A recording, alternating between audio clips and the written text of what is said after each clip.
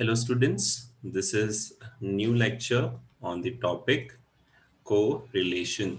Okay, this is a topic of statistics in class 11th CBSE. Chalo, let us start with this particular topic and let us understand what things we can understand. First is correlation is what? Correlation simply means a relationship. किसके बीच में relationship? दो variables में.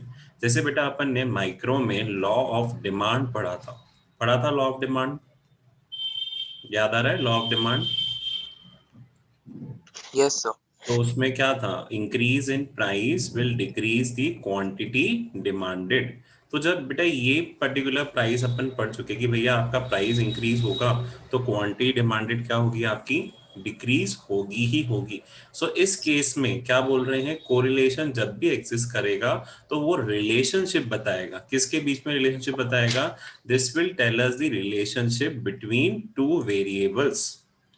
Okay, it will tell us the relationship between whom, it will be telling relationship between two variables। को कौन से भी variables हो सकते हैं, प्राइस क्वांटिटी हो सकता है, अदर variables हो सकते हैं। जैसे यहाँ पे लिखा हुआ है for example relationship between movement in quantity demanded and price, जो मैंने अभी भी बताया कि प्राइस और क्वांटिटी के बीच में जो रिलेशन है उस अकॉर्डिंग उनका कोरिलेशन एग्जिस्ट करता है और उस अकॉर्डिंग फिर लॉ ऑफ डिमांड वर्क करता है बेटा। और इसी के बाद अपन ने लॉ ऑफ सप्लाई भी पढ़ा था, याद आ रहा है law of supply? Yes, sir. Law of supply में क्या था बेटा, पॉजिटिव की नेगेटिव रिलेशन, पॉजिटिव रिलेशन था, याद आ रहा है सौम्य? Yes, sir. Yes, sir. Okay, so law of Yes, supply sir. में पॉजिटिव कैसे था कि अगर इंक्रीज इन प्राइस होगा तो इंक्रीज इन क्वांटिटी भी अपन कर लेंगे। सो फॉर एग्जांपल यहाँ पे सिंपल बोला है, तो example relationship between movement in quantity demanded and the price of commodity is a integral part of the theory of demand. तो हम क्या कर रहे हैं, हम यहाँ पे भी तो कोरिलेशन ही चला रहे हैं, we are understanding the correlation.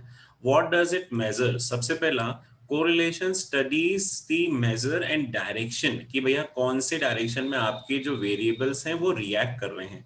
क्या वो अपोजिट डायरेक्शन में रिएक्ट कर रहे हैं तो उनके बीच में नेगेटिव रिलेशन होगा, क्या वो सेम डायरेक्शन में रिएक्ट कर रहे हैं तो इनके बीच में पॉजिटिव रिलेशन होगा। Correlation measures the covariation not causation. Okay, they are measuring the covariation, मतलब उसमें आप जब कैलकुलेशन करोगे तो एक कोएफिशिएंट निकालते हैं, अपन कोएफिशिएंट निकाल रहे हैं, कॉसेशन नहीं निकाल रहे। Then it should never be interpreted implying cause and effect relationship, it is a mathematical, मतलब हम जो यहाँ पे निकाल रहे हैं वो मैथमेटिकल अप्रोच के अकॉर्डिंग है, it is not to be interpreted as a particularly cause and effect. Next is presence of correlation between two variables simply means that the value of one variable is found to be changed in one direction and the value of other variable is found either in same direction। मैंने वही बोला, अगर same direction में होगा तो positive change होता है, positive correlation होता है, और अगर opposite direction में होता है तो बेटा उसको बोलते हैं हम negative change या फिर बोला जाता है negative correlation। क्लियर हो गया पॉजिटिव नेगेटिव का एस्पेक्ट? चलो अब Yes, types sir. Of correlation देख लेते हैं बेटा। नॉर्मली कोरिलेशन किस में क्लासिफाई होता है, एक तो होता है नेगेटिव और एक क्या होता है आपका पॉजिटिव, जो अभी मैंने बताया। द कोरिलेशन पॉजिटिव तब होगा when they are moving in same direction, when income rises consumption also rises. As an example, आज अगर एक पर्सन की इनकम इंक्रीज होती है और वहीं उसकी कंजम्पशन भी इंक्रीज हो जाती है, so here what relationship is there between these two variables? These two relation, the particular variables have a positive correlation because they are moving in same direction। और नेगेटिव एक्सपेक्ट कब आता है बेटा, negative expect इसमें आता है the correlation is negative when they move in opposite direction. Okay, just a second. So students, as I told you, correlation या तो पॉजिटिव होगा या तो नेगेटिव। जैसे यहाँ पे अपन ने एग्जांपल दे दिया कि इनकम अगर इंक्रीज हो रही है और कंजम्पशन भी उससे इंक्रीज हो रहा है, so in that case they have a positive correlation. जो नेगेटिव होगा वो होगा अपोजिट डायरेक्शन में, means if they are moving in opposite direction तो in that case that correlation will be consider as a negative correlation. जैसे अपन ने price और डिमांड के बीच में देखा था, price of apples, and if increase in price, मतलब अगर प्राइस इंक्रीज होता है तो डिमांड क्या हो जाएगी, डिक्रीज, और जब प्राइस फॉल होता है, जैसे यहाँ पे लिखा है when price falls demand increases, so यहाँ पे क्या होगा, नेगेटिव कोरिलेशन होगा, because they are moving in opposite direction. Okay, example of negative correlation in relation with arrival of vegetables in local market and price of vegetables. मतलब जैसे जैसे vegetables खत्म होते जाते हैं अल्टीमेटली प्राइस पे इफेक्ट आना शुरू हो जाता है. तो बेटा टेक्निक्स क्या है, अब देखो, अभी कोरोना वायरस के चक्कर में Spearman's rank correlation is been deleted from the particularly this year syllabus, पर ये दो पर्टिकुलरली टॉपिक्स आपके इसमें हैं. पहला है आपका scatter diagram, that is your first method जो आज हम डिस्कस करेंगे, and then we will end up the session. और कल अपन देखेंगे Karl Pearson's coefficient of correlation. तो स्कैटर डायग्राम में क्या होगा बेटा, let us understand with the help of a scatter diagram, और उसका प्रॉपर्टीज भी देखें. चलो पहले प्रॉपर्टीज देख लेते हैं. What are the properties of correlation? First, it is independent of units. Okay.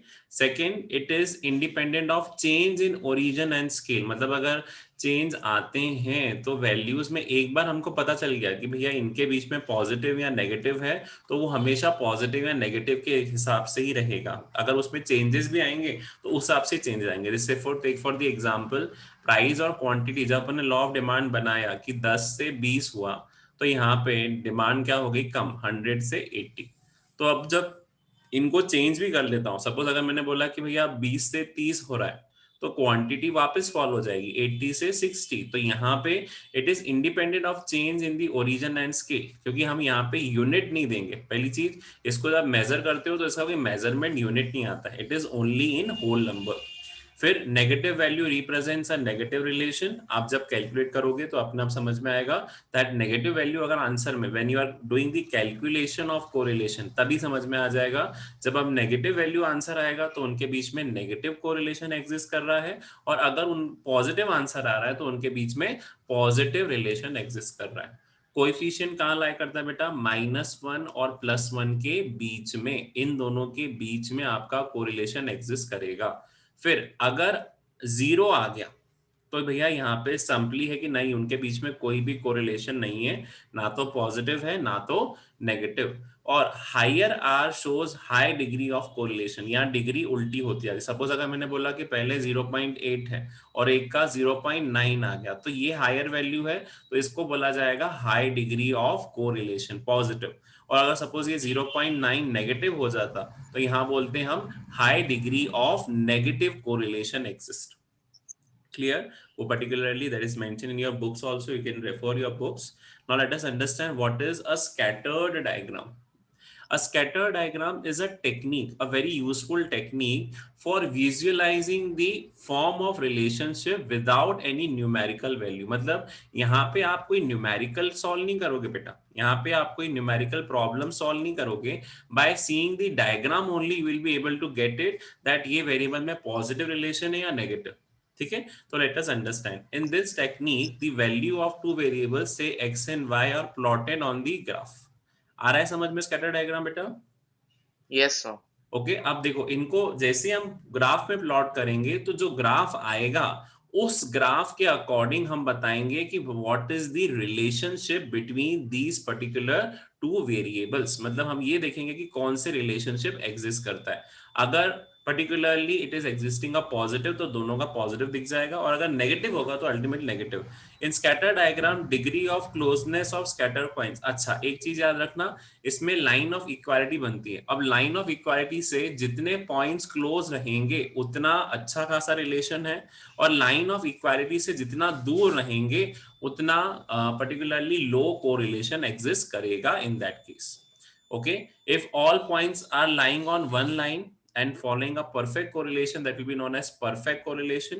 और अगर वो लाइन से थोड़ा बाहर जाते हैं या स्कैटर्ड होते हैं तो वहां पे perfect correlation exist नहीं करेगा. ओके, अपन देखते हैं इसके particularly, you will be seeing this particular point in the upcoming session. अब देखो परफेक्ट पॉजिटिव क्या होता है बेटा और परफेक्ट नेगेटिव क्या होता है. जस्ट सी दी डायग्राम्स.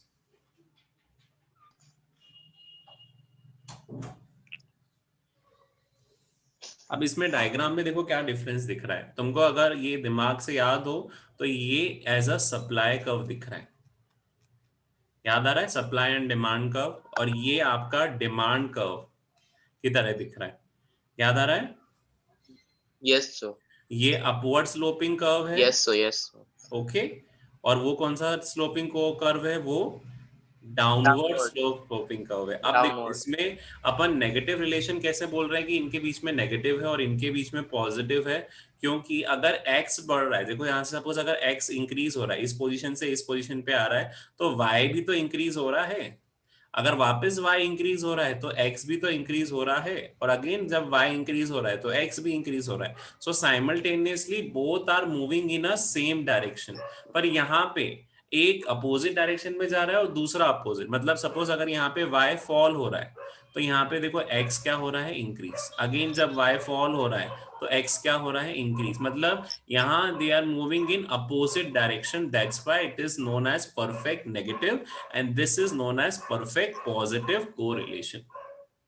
आया। अब इसको परफेक्ट क्यों बोल रहे हैं Yes. बेटा, क्योंकि ये एक परफेक्ट लाइन बना रहे हैं and this is known as line of equality. Okay, अगर इस पे देखा जाए तो अगर दी पॉइंट्स जो हैं अगर वो स्कैटर्ड ना होते हुए एक परफेक्ट लाइन या पोजीशन में आने से, यहाँ पे एक पॉइंट आ गया, ये दूसरा पॉइंट आ गया, ये दूसरा पॉइंट आ गया, ये दूसरा पॉइंट आ गया, ये दूसरा पॉइंट आ गया, ये दूसरा पॉइंट आ गया, so when they are lying in a same line और सेम पोजीशन, तो वो क्या हो जाएंगे बेटा, that will be considered as a perfect positive. और हियर पे भी, यहाँ पे when they are moving in a same direction but they are coming on a exact line, so that will be known as perfect negative। अब high degree का क्या होगा बेटा, अब देखो डायग्राम में थोड़ा चेंज। अब क्या पॉइंट्स क्या सेम लाइन पे लाई कर रहे हैं क्या, कि स्कैटर्ड हो गए, So scattered. स्कैटर्ड हो गए, तो यहाँ पे although they are moving in same direction, पर वो परफेक्ट पॉजिटिव ना होते हुए क्या बन गया बेटा, इस बार वो हो गया हाई डिग्री ऑफ पॉजिटिव। और यहाँ पे भी वो परफेक्ट नेगेटिव ना होते हुए क्या बन गया, हाई डिग्री नेगेटिव। क्योंकि यहाँ पे जब अपन डायग्राम में प्लॉट कर रहे हैं और जब अपन लाइन ऑफ इक्वालिटी मैच कर रहे हैं, तो जो आपके पॉइंट्स हैं वो उस पर्टिकुलर लाइन पे एग्जैक्ट ना होते हुए आसपास स्कैटर्ड हैं। और कितनी दूर है, अगर ज्यादा दूर होंगे तो उसमें कम डिग्री ऑफ कोरिलेशन होगा, थोड़ा पास है तो वहां पे high degree of correlation exist करता है। आया समझ में, high degree and high degree negative.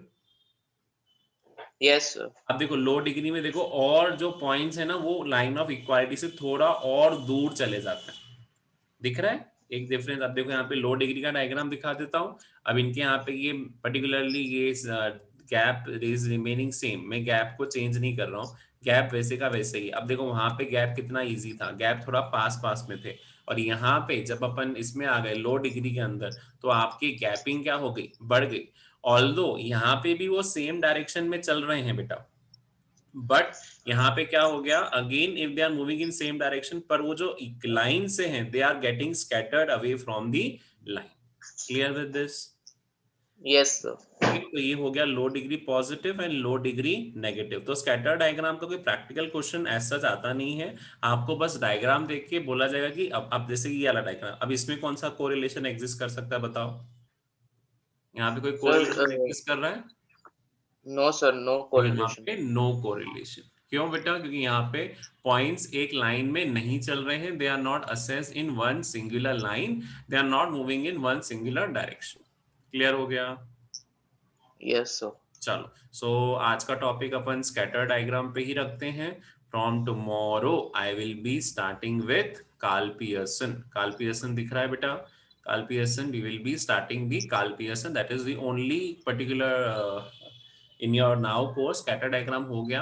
So thank you students for listening today's lecture. Do subscribe my channel for further updates in economics, statistics, accounts, BST, and particularly ESHIP also soon. And do share the video with your friends, and do hit the like button if you like the video. Thank you students for listening today's lecture.